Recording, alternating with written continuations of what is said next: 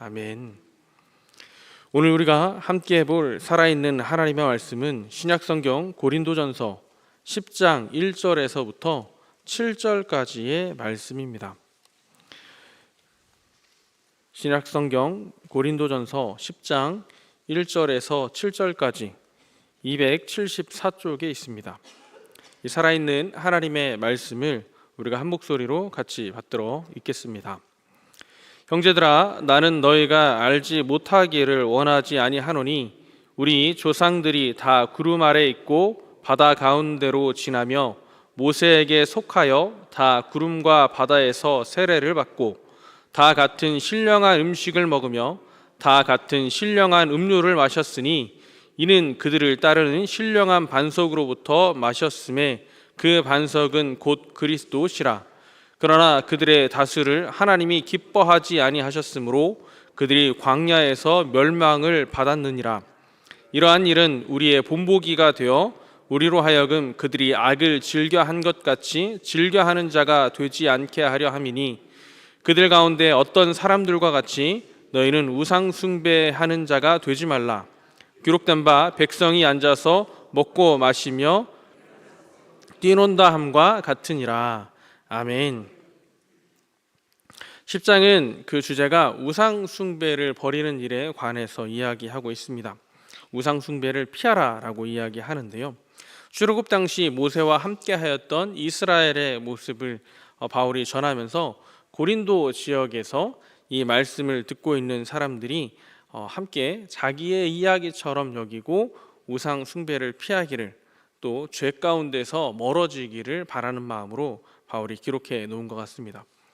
그런데 이 말씀을 읽으면서 들었던 생각이 형제들아 라고 시작하여서 우리 조상이라고 이야기하는데 고린도라고 하는 지역이 유대인들의 지역이 아니라는 사실입니다. 고린도 지역은 잘 알고 있는 것처럼 이방인의 지역이었습니다. 그리고 쉽게 생각하기로 이방인들이 훨씬 더 많은 교회였겠구나라고 생각을 하는데, 그런데 바울은 그들을 향하여서 형제들아 라고 이야기하고 우리 조상이라고 말하고 있습니다.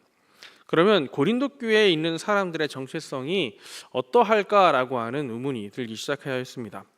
그러면 고린도 교회에서 바울이 전도를 할 때, 선교를 하고 그 교회에서 목회를 할 때의 상황을 살펴볼 수 있는 게 사도행전 18장의 말씀입니다. 우리 잘 알고 있는 것처럼 고린도에서는 바울이 그곳에서 아굴라와 브리스길라라고 하는 사람을 만나서 복음을 전하는 일을 하였습니다. 그런데 바울이 복음을 전하였던 곳들이요, 살펴보면 그냥 아무 데 가서 정말 주변에 상관없는 이방인들을 향해서 복음을 전하였던 것이 아니고요, 그 바울이 복음을 전하였던 특별한 장소가 있습니다. 우리 잘 알고 있는 회당에서 복음을 전하였었습니다. 고린도에 가서도 바울이 처음 복음을 전하기 시작한 곳이 또 회당이었습니다. 사도행전 18장을 보면 바울이 복음을 회당에서 전하였는데, 회당에서 전할 때 유대인들의 그 비방과 마주합니다. 유대인들의 방해와 마주하였을 때 바울이 그곳에서 먼지 털어버리고 이방인한테 가겠다라고 떠나버립니다. 그런데 떠나는데 어디로 갔나 했더니 그 말씀에 회당 옆집 디도 유스도라 하는 집에 갑니다. 그러니까 회당에서 그리 멀지 않은 곳으로 갑니다. 그러면서 바울이 그곳에서 복음을 전하는데 많은 헬라인들이 복음을 듣고 믿었다라고 이야기하면서 이름 하나를 남겨놓는데요, 그 이름이 회당장 그리스보입니다. 그러니까 회당에서 복음을 전하다가 회당 옆집 가서 복음을 전하는데 헬라인들이 많이 예수님께로 돌아왔다, 예수님 믿었다라고 하는데, 근데 이름 남겨놓는 사람은 회당장이었습니다. 그리고 나서 1년 6개월을 머물면서 복음을 또 전하는데요, 1년 6개월 복음을 전하니까 유대인들이 또 소동을 일으켜서 바울이 복음 전하는 것을 방해합니다. 그런데 그곳에 있는 관리가 그 유대인들이 바울을 고소하는데, 관리가 이게 너희들 언어에 관한 것이고 뭐 종교적인 당신들의 문제라면 그냥 알아서 해결하라 라고 이야기합니다. 그랬더니 그 유대인들이 잡아서 폭행을 저지르는 일이 일어나는데, 그때 잡아서 폭행 당한 사람이 회당장 소스데네입니다. 저는 사도행전 18장의 말씀을 다시 이렇게 한번 살펴보면서 이거 뭐 회당장은 다 예수 믿는 사람이네라고 하는 생각이 들기도 했습니다. 그러니까 유대의 교리를 전하던 그 회당에서 회당장들이 그리스도와 소스데네가 둘 다 예수께로 돌아선 사람들인 겁니다. 이 말씀을 보면서 왜 바울이 10장에서 형제들아 우리의 조상이라고 이야기했는지가 조금은 이해가 되기 시작했습니다. 복음 안에 돌아섰던 고린도 교회의 많은 사람들이 유대인들이 참 많았겠구나라고 하는 것과 유대교회에 개종했던 헬라인들 중에서 다시 예수님께로 기독교로 개종한 사람들이 더러 있었겠구나라고 하는 것이었습니다. 그러니까 바울이 모세의 그 출애굽의 이야기를 했을 때 그것을 이해 못하는 사람들이 더 많았던 것이라기보다는 그 안에 그 모세의 출애굽의 이야기를 이해하는 사람들이 참 많았을 것이다라고 하는 생각을 해보게 되었습니다. 그러니 고린도 교회에 지금 바울이 모세의 이야기와 출애굽 때의 이야기를 하면서 고린도 교회 사람들에게 그때의 상황을 생각하여 하나님께 온전한 모습으로 우상을 피하라, 우상 숭배를 피하라라고 하는 것들이 이해되고 공감하고 적용될 수 있는 상황이었겠구나라고 하는 것입니다. 그런 상황 속에서 지금 모세가 출애굽할 때 이야기들을 하나하나 하면서 고린도 교회에 어떤 문제가 있었는지를 또한 살펴볼 수 있게 합니다. 2절에서 모세에게 속하여 다 구름과 바다에서 세례를 받고 라고 하는 부분이 나옵니다. 우리 교회에서 중요한 성례전이 있습니다. 혹시 두 가지 그 성례전 세례 받을 때 입교 받을 때 교육 다 받으셨을 텐데 어떤 거와 어떤 건지 혹시 기억나시나요? 네, 항상 새벽에는 대답이 잘 없습니다. 세례와 성만찬이죠. 이 두 가지 성례전이 교회 안에서 꼭 있어야 하는, 그리고 신앙생활에 있어서 꼭 필요한 두 가지를 이야기합니다.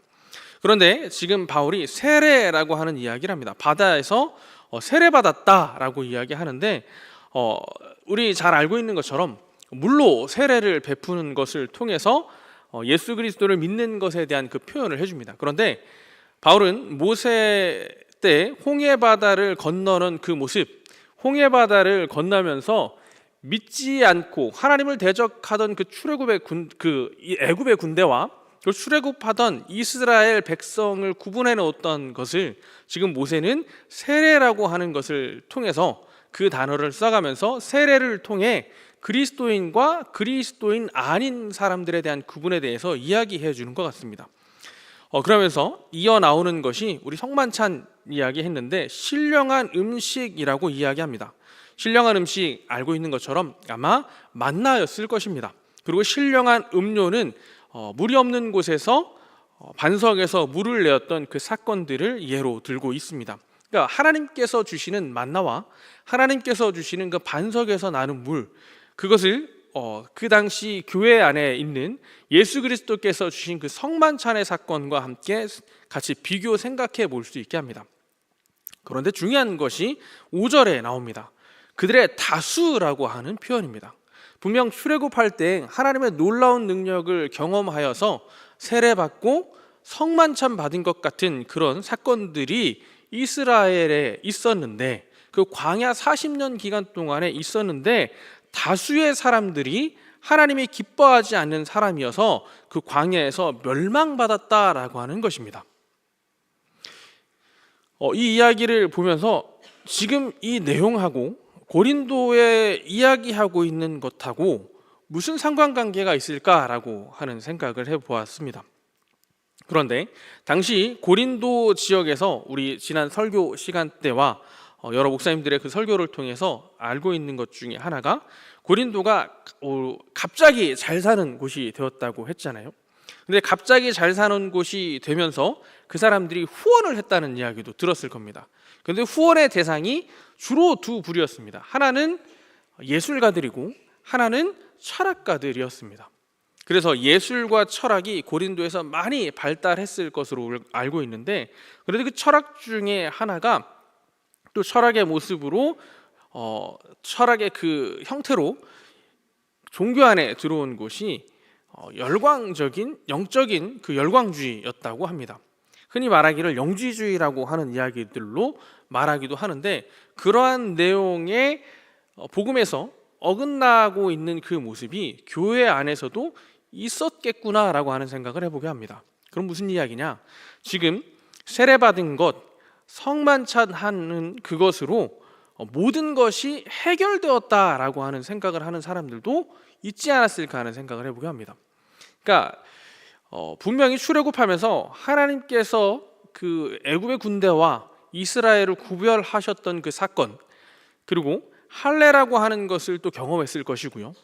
또 하나님께서 주신 그 신령한 음식들에 대해서도 경험했을 텐데, 많은 이스라엘이 그럼에도 불구하고 멸망합니다. 어느 정도로 멸망하냐면요, 가나안 땅에 들어갈 때는 그 당시에 20살 넘었던 어른 중에는 갈렙과 여호수아밖에 없습니다. 그러니까 어마어마한 인원이 멸망합니다. 거의 70만 명입니다. 70만 명이 넘는 인원이 가나안 땅에 들어갈 때는 새로운 70만 명이 되어서 들어갑니다. 그런데 정말 어마어마한 숫자가 하나님께서 기뻐하지 않아서 광야에서 40년 보내면서 그 세대가 사라지고 새로운 세대가 가나안 땅으로 들어갑니다. 근데 이 상황, 이 말씀의 상황을 보면 하나님께서 약속하신 그 언약의 땅에 들어가는 그 백성들이 지금 신령한 음식 먹고 신령한 그 성스러운 그 사건을 경험했다고 되는 것이 아님을 이야기합니다. 그러면 중요한 게 정말 무엇일까요? 중요한 것에 대해서 이야기하는데 6절에서 우리의 본보기가 되어 우리로 하여금 그들이 악을 즐겨한 것 같이 즐겨하는 자가 되지 않게 하려 함이니 라고 하는 이야기로 그들이 잘못했던 것들을 하나하나 바울은 이야기해주고 있습니다. 6절에서부터 10절까지 5가지에 대해서 이야기하는데요, 6절에서는 악을 즐겨하는 것이라고 이야기합니다. 하나님께로부터 멀어지는 것, 하나님께서 보여주시는 수많은 것들 속에서도 여전히 하나님 믿지 못하는 이스라엘의 모습을 생각해 보게 합니다. 가장 큰 악이 무엇이었을까요? 그들이 가나안 땅에 들어가지 못하였던 결정적 이유, 땅을 정탐하고 돌아왔는데 여전히 하나님 믿지 못하고 여전히 불가능하다 이야기하고 원망하던 그 모습, 오히려 정탐하고 와서 하나님의 뜻 가운데 보고하는 갈렙과 여호수아를 돌로 치려 하였던 그 죄악된 모습을 생각해 보게 합니다. 그러면서 7절에서 우상 숭배하는 자들이 되지 말라라고 이야기하는데, 백성이 앉아서 먹고 마시며 일어나서 뛰노는 것과 같다라고 이야기하고 있습니다. 여기서 뛰논다라고 하는 부분이 어디에서 나오냐면요, 금송아지 사건에서 나옵니다. 금송아지 사건을 경험할 때 하나님께서 모세에게 백성이 뛰논다라고 하는 표현을 동일하게 쓰고 있습니다.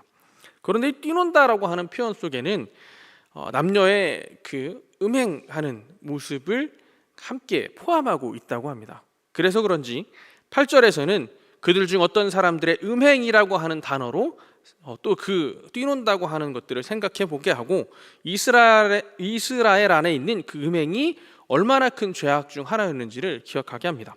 그러면서 하루에 2만 3천 명이 죽었나니 라고 하는데, 이건 시딤 음행 사건을 또 기억하게 합니다. 그 숫자에 대해서는 여러 의견이 분분하겠으나 시딤에서의 그 음행 사건을 통해 정말 수많은 사람들이 이스라엘 안에서 또 죽어갔습니다. 하나님께서 음행을 너무 싫어하는 그 일들을 보고요, 근데 그 시딤 음행 사건 중에서도 하나님께서 기뻐하는 일도 있었습니다. 비느하스를 통해서 하나님이 주를 위하여서 그 주님의 의를 위한 그 열정에 대해서 기뻐하는 일도 있었는데, 반대로 그들이 하나님을 시험하였던 것과 같은 그 사건을 또 생각해 보게 합니다. 그래서 그런지 9절에서는 다시 주를 시험한다라고 하는 단어로 또 받아칩니다. 그들 가운데 어떤 사람들이 주를 시험하다가 뱀에게 멸망하였나니 라고 하는 이 부분이 나옵니다. 우리 뱀에게 멸망하는 사건은 어떤 것이 있었나요? 잘 알고 있는 것처럼 그들이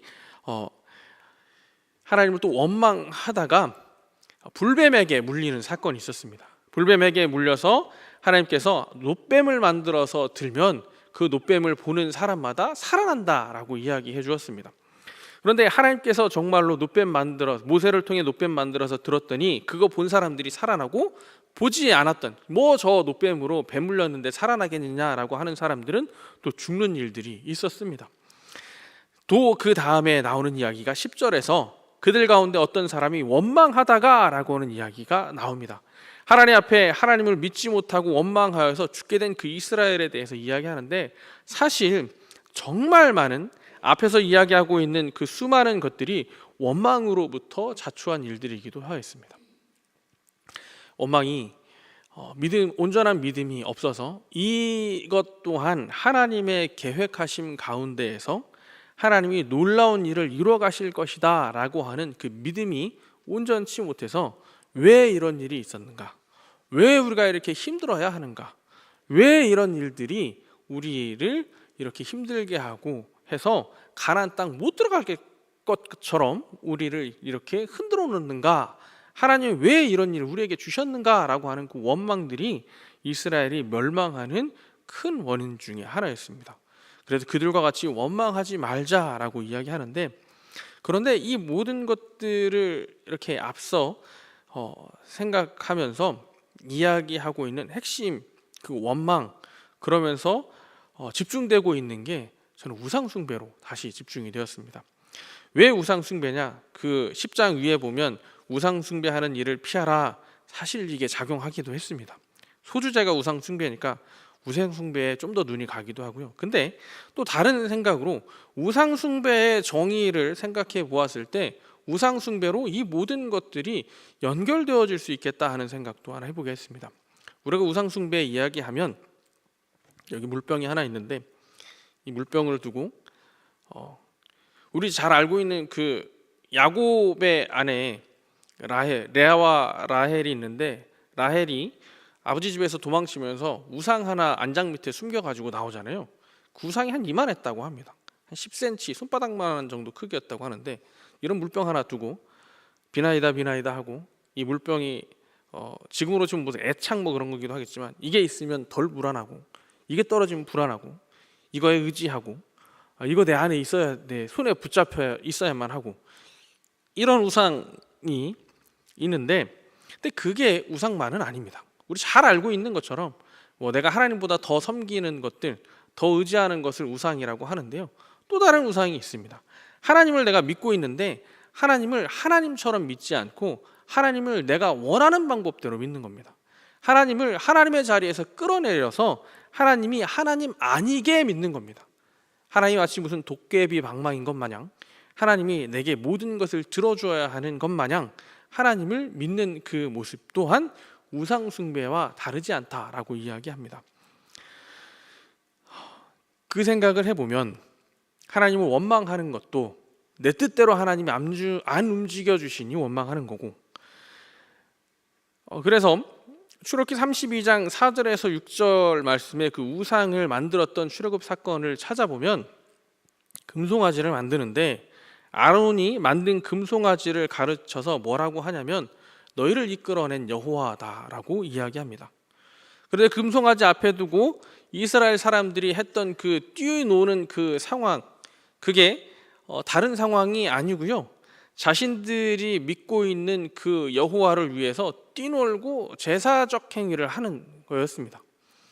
그러니까 하나님께서 엄청나게 화가 나셔서 모세를 빨리 내려가서 지금 이스라엘에 큰일 났다, 저거 빨리 막아라 라고 하고, 모세가 그 같은 지파 레위인들에게 이쪽 끝에서 진 저쪽 끝까지 칼 들고 가면서 만나는 사람마다 쳐서 죽이라 라고 하면서 그 헌신이라는 단어를 썼던 그것의 그 사건의 중심에는 이스라엘이 여호와를 만들어내고 여호와로 기뻐하고 여호와로 춤추던 일이었습니다. 그런데 하나님께서 그 현상에 대해서 무엇라 이야기하셨냐면 악하다 말씀하시고 우상이다 라고 이야기했습니다. 내가 하나님을 섬긴다고 이야기하는데 내 마음대로 하나님을 만들어내고 내가 원하는 대로 하나님 믿고 내가 원하는 대로 하나님께 예배하는 그 모습을 하나님께서는 어쩌면 당시 금송아지 만들었을 때와 동일하게 우상 섬기는 것이다 라고 말할 수도 있을 것 같습니다. 제가 지금 드는 예화는 완전히 적용되는 예화는 아닐 수도 있습니다. 그런데 가끔 그 예배에 대해서 이야기할 때 청소년 아이들이나 초등팀 아이들에게는 이런 이야기를 가끔 했습니다. 예배를 시작하면 초등팀, 청소년팀에서는 찬양을 합니다. 찬양을 할 때 율동을 열심히 하거든요. 근데 율동을 하는 아이들도 있고 하지 않는 아이들도 있습니다. 그럼 제가 그 아이들에게 율동을 열심히 같이 했으면 좋겠다라고 이야기합니다. 그러면서 예배 시간에 율동하는 건 예배를 위해서 준비한 것이고 너희들 체조시켜 주거나 운동시키는 게 아니고 하나님 앞에 지금 공연하는 거다라고 이야기를 해줍니다. 자, 하나님 앞에 공연한다라고 이야기하는데 예배는 공연입니다. 하나님이 기뻐하시는 그 공연입니다. 근데 공연에서 배우와 그 춤추는 사람은 누굴까요? 앞에 서 있는 저희일까요? 그럼 관객은 누굴까요? 지금 이 앉아 계시는 분들이십니까? 아닙니다. 저를 포함해서 지금 이 자리 가운데 앉아 계신 우리 모두가 배우이고 공연자입니다. 그럼 관객은 오직 하나님 한 분뿐이십니다. 자, 그런데 그 예배 시간에 공연해야 하는데 정해져 있는 각본대로, 정해져 있는 그 룰대로 뛰고 찬양하고 기뻐하고 하나님 앞에 재롱을 부려야 되는데 그 자리에 앉아가지고 애들이 이런 경우가 있습니다. 유치해서 도저히 못하겠어요. 팔이 아파요. 일어서라 그러는데 무릎 아파서 못 일어나겠어요. 진짜 무릎 아파서 못 일어나는 게 아니라 하기 싫어 하는 겁니다. 제가 그 자리에 지금 공연하는 거예요, 하나님 앞에서. 근데 정해져 있는 대본, 정해져 있는 각본대로 공연하지 않으면 이게 공연이 망가져. 자, 공연은 여기 나와서 연극을 하는데 그 중에 한 명이 내 역할 정말 마음에 안 들어 그러면서 안 움직이면 그 공연은 망칩니다. 그런데요, 안 움직이는 게 주연 배우뿐만 아니라 엑스트라도 정해져 있는 각본대로 움직이지 않으면 공연 망칩니다. 여기 우리 앉아 있는 저희 모두가 누군가는 공연하는 그 주연 배우일 수도 있지만 누군가는 엑스트라일 수도 있습니다. 그런데 그 엑스트라 한 명도 정해져 있는 각본대로 제대로 움직이지 않으면 공연이 망칩니다. 하나님 앞에 공연이 망칩니다. 그래서 제가 율동 꼭 따라하라고 그럽니다. 따라하는 것만 아니라 연습해 와서 잘 하라고 합니다. 율동, 예배 시간에 율동하는 건 그냥 하라고 하는 게 아니고 졸리니까 아침에 깨우는 게 아니고 하나님 앞에 준비한 공연하는 거라고 같이 이야기합니다. 그러면서 온세대 예배 때 율동하는 시간에 우리가 얼마나 율동을 따라 해야 하는지 여기 앉아 계신 장년분들도 꼭 기억해 주시면 좋겠습니다. 때로는 관절이 조금 아프더라도 이렇게 반짝반짝 해주시면 참 좋겠습니다. 그래서 예배 안에서 주어져 있는 우리가 정말 고민해서 예배의 순서를 하나하나 짜놓고 그것을 하는 게 하나님 앞에 잘 짜여진 각본대로 공연하는 겁니다. 그런데 내 마음대로 안 일어나고 내 마음대로 안 하고 내 마음대로 예배 시간에 핸드폰 보고 하는 건 공연 망치는 일입니다. 그러면서 우상 숭배에 대해서 다시 생각해 보게 되었습니다. 예배하면서도 우상 숭배할 수 있겠다. 예배하면서 내 마음대로 내 마음 내키는 대로 그렇게 예배하는 모습이 어쩌면 우상 숭배일 수도 있겠다 하는 생각을 해봅니다. 예배 때 내 마음 내키는 게 더 중요한 것입니다. 하나님 앞에 온전히 맞춰드리는 예배자 되기를 원합니다. 또 하나님께서 우상 숭배 이야기하는 것, 하나님을 하나님의 자리가 아닌 하나님이 아닌 것을 하나님의 자리에 올려놓는 이 사건, 물질이 되고 때로는 부동산이 되고 어제 주식 투자 얘기도 담임 목사님 이야기하셨는데 주식 투자가 되기도 하고 자녀가 되기도 하고 가족이 그 자리를 대신하기도 하면 그 모두가 우상 숭배가 됩니다. 그런데 내가 정말 예배 드리면서 하나님 믿는다고 하면서 우상 숭배 하는지 안 하는지 어쩌면 내가 우상 숭배로 가고 있는지 안 있는지를 정확히 점검해 볼 수 있는 것 중에 참고할 수 있는 자료가 있습니다. 뭐냐면 기도 제목과 감사 헌금의 제목입니다. 하나님께서 우리에게 너희는 먼저 그의 나라와 그의 의를 구하라고 이야기하는데 기도 제목하고 감사 헌금 제목의 대부분이 가족이고 물질이고 부동산이고 직장 생활이고 하나님께서 우리에게 기뻐하실 만한 것들이 아니라 하나님이 우리에게 부가적으로 주시는 것들의 내용들만 가득하다면 어쩌면 우리는 하나님께서 기뻐하지 않는 모습 가운데 서 있을 수도 있습니다. 그것이 다 죄라고 이야기하진 않겠습니다. 그런데 하나님이 우리에게 정말 기뻐하시는 그 모습은 하나님의 나라와 하나님의 의를 우리의 삶에서 어떻게 이루어 갈지입니다.